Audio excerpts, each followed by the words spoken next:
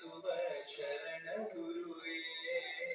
ಜಾನಕಿ ರಮಣನ ಶ್ರೀ ಜಯ ರಾಮನ ಪೂಜಿತ ಹರಿಯ ಮಗುವೇ. ದೇವಕಿ ನಂದನ ಯಾದವ ಕೃಷ್ಣನ ಭಜಿಸುವ ಶರಣ ಗುರುವೇ. ಜಾನಕಿ ರಮಣನ ಶ್ರೀ ಜಯ ರಾಮನ ಪೂಜಿತ ಹರಿಯ ಮಗುವೇ.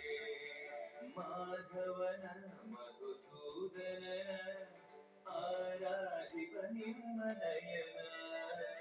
ಕೇಶವನ ಹರಿ ಗೋವಿಂದನ ದಾಸರಾಗಿ ಜನನ.